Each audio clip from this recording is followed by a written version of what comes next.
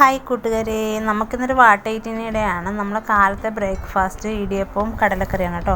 തേങ്ങ വറുത്തരച്ച കടലക്കറിയാണ്. എനിക്ക് ആദ്യമൊക്കെ ഇടിയപ്പത്തിൻ്റെ കൂടെ കഴിക്കാൻ ഇഷ്ടം ഗ്രീൻ പീസ് കറിയായിരുന്നു കേട്ടോ. അപ്പോൾ കുറേ നാൾ കഴിഞ്ഞപ്പോഴേ കടലക്കറിയോടാണ് ഇപ്പോൾ കൂടുതൽ ആഗ്രഹം. അപ്പോൾ അതിന് പ്രത്യേക ടേസ്റ്റായിട്ട് തോന്നി. കടലക്കറിക്ക് നിറയെ ഒഴിച്ച് കുഴച്ച് തിന്നാനാണ് എനിക്ക് വലിയ ഇഷ്ടം കേട്ടോ. അങ്ങനെ ഞാൻ കാപ്പി കഴിച്ചു. അത് കഴിഞ്ഞിട്ട് നമ്മൾ ഉച്ചയ്ക്കത്തെ കറിക്ക് വേണ്ടി മുരിങ്ങയില പറിച്ചിട്ട് വന്നു. നമ്മൾ ആ വീടിനോട് ചേർന്ന് തന്നെ മുരിങ്ങയില മരമുണ്ട് കേട്ടോ. അത് പറിച്ച് വെച്ച് തോരനാക്കി അത് ഉച്ചയ്ക്കത്തെ ചോറ് കഴിക്കാനായിട്ട് തോരൻ വെച്ചു. പിന്നെ നമുക്കിന്ന് കിട്ടിയിരിക്കുന്ന അയലമീനാണ്.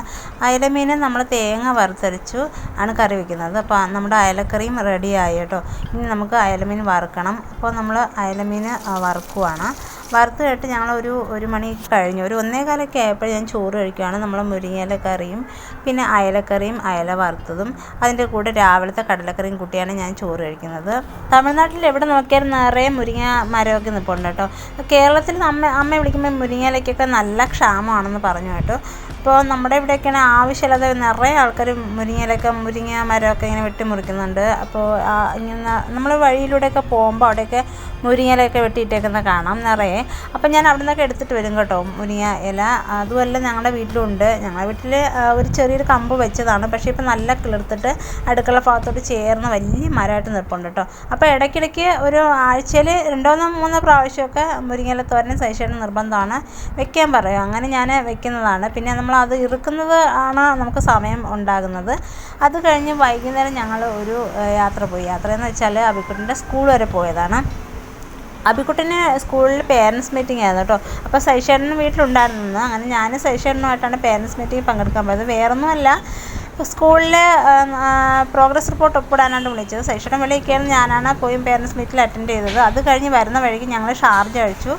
ഷാർജ കഴിക്കാൻ കാരണം എന്ന് വെച്ചാൽ അബിക്കുട്ടന് ഇല്ലാത്തത് കൊണ്ട് തന്നെയാണ്. അബിക്കുട്ടൻ ഉണ്ടെങ്കിൽ ഷാർജ കഴിച്ചാൽ തണുപ്പ് ചുമയാണ്. അതുകൊണ്ടാണ് ഞങ്ങൾ അബിക്കുട്ടൻ നേരം നോക്കി ഷാർജ കഴിക്കുന്നത്. വേറെ ഒന്നും തോന്നരുത് കേട്ടോ. പിന്നെ മുട്ട പപ്സ് മേടിച്ച് കഴിച്ചു. അതിൻ്റെ കൂടെ അബിക്കുട്ടന് വേണ്ടി ഞങ്ങൾ കപ്പ് കേക്ക് മേടിച്ചുകൊണ്ട് വന്നു. വീട്ടിൽ വന്നിട്ട് കൊടുത്തു കേട്ടോ.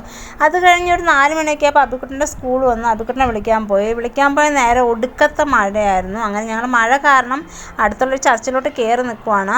ചർച്ചിനകത്ത് ഞാനും അബിക്കുട്ടൻ്റെ കൂട്ടുകാരന്മാരുണ്ട്. പിന്നെ 2 കുട്ടികൾ കുട ഉണ്ടായിരുന്നു. പോയി. അങ്ങനെ ഞങ്ങൾ മഴ തീർന്നതിന് ശേഷമാണ് വീട്ടിൽ പോയത്. അപ്പോൾ നല്ല മഴയായിരുന്നു. അത് കഴിഞ്ഞ് വീട്ടിൽ വന്നതിന് ശേഷം ഞങ്ങൾ ചായ ഇട്ടു. നമ്മൾ ചായയ്ക്ക് ഇന്ന് കഴിക്കാനായിട്ട് ബിസ്ക്കറ്റാണ്. ബിസ്ക്കറ്റ് ഗുഡ് ഡേയുടെ ബിസ്ക്കറ്റാണ്. അടിപൊളി ബിസ്ക്കറ്റായിരുന്നു. നല്ല നട്ട്സൊക്കെ വെച്ച് നിറയെ നട്ട്സ്, നമ്മൾ ഡ്രൈ ഫ്രൂട്ട്സൊക്കെ വെച്ചിട്ടുള്ള സൂപ്പർ ടേസ്റ്റി ആയിട്ടുള്ള ബിസ്ക്കറ്റായിരുന്നു. അത് കഴിച്ചു കേട്ടോ ചായയ്ക്ക്. എൻ്റെ തൊട്ടരിയിൽ തന്നെ സൈഷേട്ടനും അബിക്കുട്ടനുണ്ട്. ഞങ്ങളെല്ലാവരും ചേർന്നിരുന്നാണ് ചായ കഴിക്കുന്നത്. അത് കഴിഞ്ഞ് ഞാൻ രാത്രിത്തേക്ക് പയറുകഞ്ഞിയായിരുന്നു. പയറ് കുറച്ചേ ഉള്ളായിരുന്നു കേട്ടോ. അപ്പോൾ പയറുകഞ്ഞി കഴിച്ചു രാത്രി. അങ്ങനെ നമ്മൾ രാത്രിത്തെ ഫുഡും കഴിഞ്ഞു. ഞങ്ങൾ വേഗം പോയി കിടന്ന് ഉറങ്ങി കേട്ടോ. അപ്പോൾ ഇന്നത്തെ വിശേഷം ഇത്രയേ ഉള്ളൂ. എല്ലാവർക്കും നല്ലൊരു ദിവസം നിർത്തുന്നു. Thank you.